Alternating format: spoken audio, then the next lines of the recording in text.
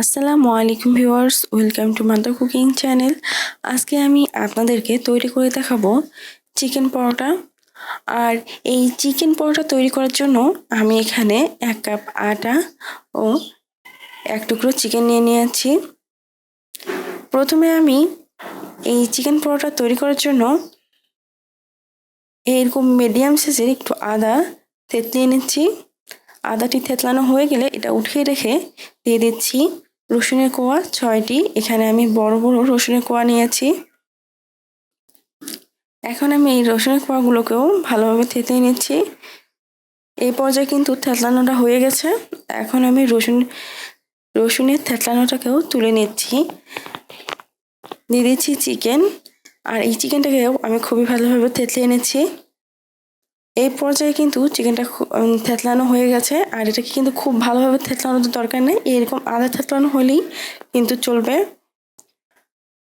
এখন আমি এই চিকেনগুলোকে উঠিয়ে নিচ্ছি। এ সময় চিকেন কিমার মধ্যে দিয়ে দিব লবণ পরিমাণ মতো,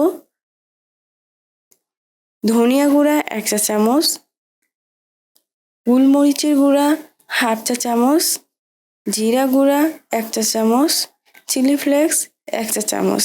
এখন আমি এই সব উপকরণসমূহকে চিকেন কিমার সাথে খুবই ভালোভাবে মিক্স করে নিব। আমি প্রায় 2 মিনিটের মতো সময় ধরে এগুলোকে চামচ দিয়ে অনবরত নেড়ে নেড়ে খুবই ভালোভাবে মিক্স করে নিয়েছি। এখন আমি দিয়ে দিব আগে থেকে যে রসুনটা থেতলিয়েছিলাম তার থেকে খুবই অল্প পরিমাণে রসুন থেতলানো আর খুব অল্প পরিমাণে আদা থেতলানো। এখন এগুলোকেও খুব ভালোভাবে মিক্স করে নিচ্ছি। কিমাগুলো খুব ভালোভাবে মেরিনেট করা হয়ে গেলে এখন আমি চুলার উপর একটি তাওয়া বসিয়ে দিব এবং চুলাটি অন করে চুলার আঁচ মিডিয়ামে দিব।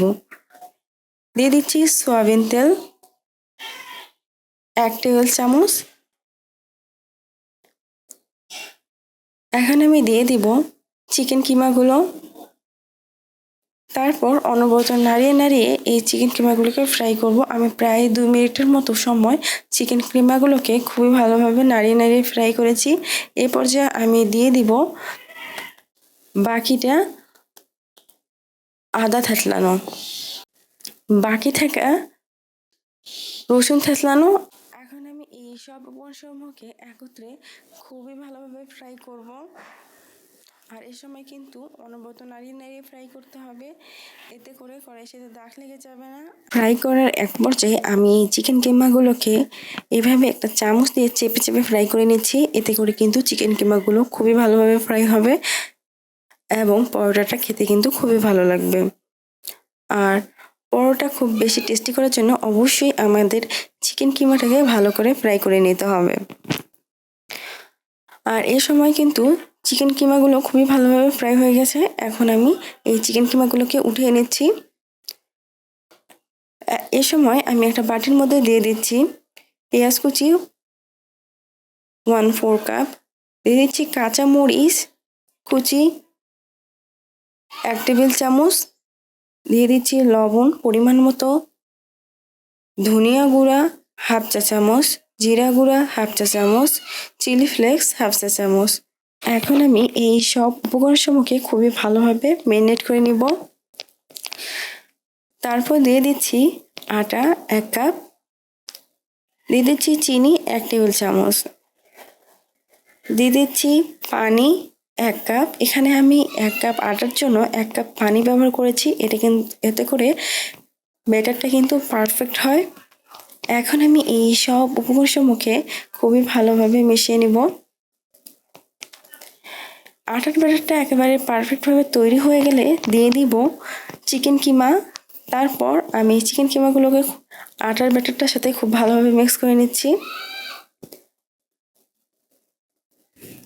এই সময় আটার ব্যাটারটা একেবারে পারফেক্ট হয়ে গেছে, আর চিকেন কিমাগুলোও আটার ব্যাটারের সাথে খুবই ভালোভাবে মিশে গেছে। এখন আমি চুলার উপর একটি তাওয়া বসিয়ে দিচ্ছি। আমি ওই তাওয়াটাই বসিয়ে দিচ্ছি যে তাওয়াতে আমি চিকেন কিমাগুলো ফ্রাই করেছিলাম। এখন আমি এর মধ্যে দিয়ে দিচ্ছি সয়াবিন তেল 1 টেবিল চামচ। তারপর এই সয়াবিন তেলটাকে একটা ব্রাশ দিয়ে খুবই ভালোভাবে ব্রাশ করে নিব। তারপর আমি আটার ব্যাটারটা দিয়ে দিচ্ছি প্রায় অর্ধেকটা। আমি এই সবগুলো আটার ব্যাটার দিয়ে 2টি চিকেন পরোটা তৈরি করব, আর এখানে আমি অর্ধেকটা আটার ব্যাটার দিয়ে একটা পরোটা তৈরি করে নিচ্ছি। ব্যাটারটিকে একটা চামচ দিয়ে এভাবে গোল শেপ করে নিচ্ছি। এই পর্যায়ে আপনারা দেখতে পাচ্ছেন যে ব্যাটারটি কিন্তু একেবারে রুটির গোল শেপ ধারণ করেছে। এখন আমি তাওয়ার মধ্যে একটা ঢাকনা লাগিয়ে দিচ্ছি। ফিরে এলাম প্রায় 2 মিনিট পর। এই সময় কিন্তু পরোটার উপরের সাইডে সাদা ভাবটা অনেকটা চলে গিয়েছে। এখন আমি এই পরোটাটিকে একটা চামচ দিয়ে এইভাবে চাপ দিয়ে ফ্রাই করে নিচ্ছি। এতে করে কিন্তু পরোটার নিচের সাইডে অনেক সুন্দর দাগ বসবে। এ পর্যায়ে কিন্তু পরোটার নিচের সাইডটা খুবই ভালোভাবে ফ্রাই হয়ে গেছে। এখন আমি এই পরোটাটিকে উল্টিয়ে দিচ্ছি। আপনারা দেখতে পাচ্ছেন পরোটার এই পাশটা থেকে খুবই সুন্দর লাল লাল ছোপ দাগ পড়েছে। এখন আমি এই পরোটার ওই সাইডটাও একইভাবে খুবই ভালোভাবে ফ্রাই করে নিয়েছি। এই পর্যায়ে পরোটার ওই সাইডটাও খুবই ভালোভাবে ফ্রাই হয়ে গেছে। এখন আমি এই পরোটাটিকে উঠিয়ে নিচ্ছি। আর এই পরোটা কিন্তু দেখতেও যতটাই সুন্দর লাগছে, খেতেও কিন্তু খুবই মজার। প্রিয় দর্শক, এই ছিল আমাদের আজকের রেসিপি। মাদার কুকিং চ্যানেলের আরও এক্সাইটিং রেসিপি নিয়ে আপনাদের সামনে আবারও উপস্থিত হব। ভিউয়ার্স, আপনাদের সকলকে অনেক অনেক ধন্যবাদ জানাচ্ছি পুরোটা সময় আমাদের সাথে থাকার জন্য। আমি উইশ করব আপনারা সবাই ভালো থাকবেন, সুস্থ থাকবেন এবং মাদার কুকিং চ্যানেলের সাথে থাকবেন।